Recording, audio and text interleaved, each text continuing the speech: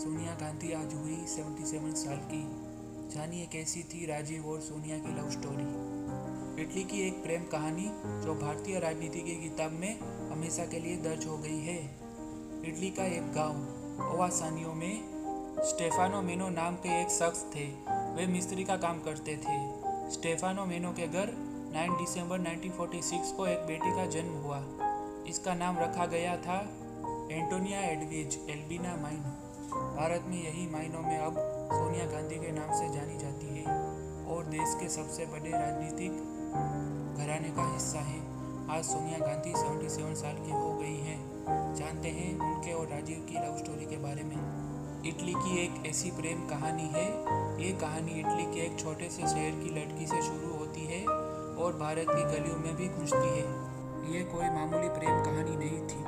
जिन दो देशों से ये कहानी जुड़ी है वहाँ के लोग इसे एक परी कथा की तरह देखते हैं। कई नौजवान लड़कियों के लिए यह कहानी किसी ख्वाब से कम नहीं, लेकिन यह भी एक दुर्भाग्य है कि इतनी हसीन प्रेम कथाओं का अंत भी बेहद दुखद हो सकता है। इटली से भारत तक चर्चा में आने वाली इस प्रेम कहानी की शुरुआत होती है 1956 में लंदन की एक शाम से।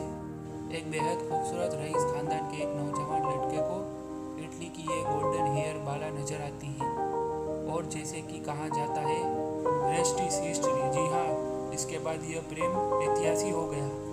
दरअसल 1965 का साल था और इस साल के किसी महीने में भारत के सबसे बड़े राजनीतिक घराने के वारिस राजीव गांधी को एक शाम सोनिया गांधी नजर आती है। इस नज़र के साथ ही दो देशों के इतिहास में सबसे चर्चित प्रेम कहानी दर्ज हो जाती है। प्रेम कहानी के दो किरदार। एक प्रेम कहानी का एक किरदार है राजीव गांधी, जो न सिर्फ भारत की सबसे सशक्त प्रधानमंत्री के बेटे हैं बल्कि आगे चलकर खुद भी भारत के प्रधानमंत्री बनते हैं। दूसरी किरदार है इटली के एक छोटे से शहर की लड़की सोनिया गांधी, जिनका पहला नाम सोनिया माइनो था। सोनिया न सिर्फ भारत की बहू बनी बल्कि वो यूपीए की अध्यक्ष बनी और यहाँ तक कि पीएम के पद के बेहद करीब भी पहुंची। हालांकि कुछ राजनीतिक समीकरणों या कारणों से वो पीएम नहीं बन सकी। बहरहाल तमाम सियासत और सियासत के शहा पक्ष के इतर राजीव और सोनिया को लोग उनके बीच के प्रेम के लिए भी याद रखते हैं। दिलचस्प तो यह है कि सोनिया और राजीव गांधी की प्रेम कथा इटली के ज़्यादातर लोगों के लिए अब भी परी कथा सरीखी है, क्योंकि इटली में सादगी भरे जीवन की शुरुआत करने वाली सोनिया भारत आकर यहाँ की संस्कृति में इतना रच बस गई कि यहीं की होकर रह गई। बावजूद इसके कि उनके पति राजीव की कई सालों पहले राजनीतिक हत्या हो चुकी है और वे अब भी भारत में अकेली रह रही है। जब सोनिया से मिलने पहुंची इंदिरा गांधी, राजीव गांधी और सोनिया गांधी एक दूसरे के इतने प्यार में थे कि राजीव गांधी ने इसके बारे में अपनी मां को बता दिया। ये बात थी 1965 की। इंदिरा गांधी सोनिया गांधी से मिलने लंदन पहुंच गई। वैसे तो राजीव के परिवार में इस रिश्ते की सहमति थी, लेकिन सोनिया के पिता को इससे थोड़ी दिक्कत थी।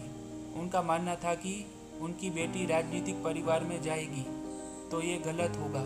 हालांकि बाद में सब कुछ ठीक हो गया। शादी से पहले बच्चन के घर में रह रही सोनिया राजीव गांधी 1967 में भारत वापस आए और उन्होंने 1968 को सोनिया गांधी को भी भारत बुलवा लिया। उन्हें तेजी बच्चन के घर रखा गया, जो अमिताभ बच्चन की मां और हरिवंश राय बच्चन की पत्नी थी। राजीव गांधी परिवार और बच्चन परिवार की बहुत गहरी दोस्ती थी।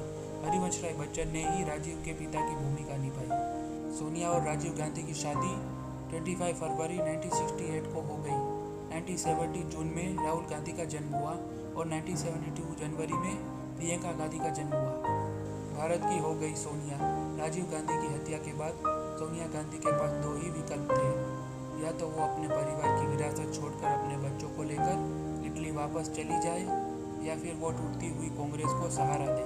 दरअसल राजीव गांधी की हत्या के बाद 1997-1998 में कांग्रेस के बंटवारे की नौबत आ गई थी, लेकिन शायद यह प्यार ही था कि जिसकी ताकत की वजह से सोनिया गांधी ने देश के सबसे बड़े घराने की राजनीतिक विरासत की कमान संभाली और कांग्रेस को जिंदा रखा।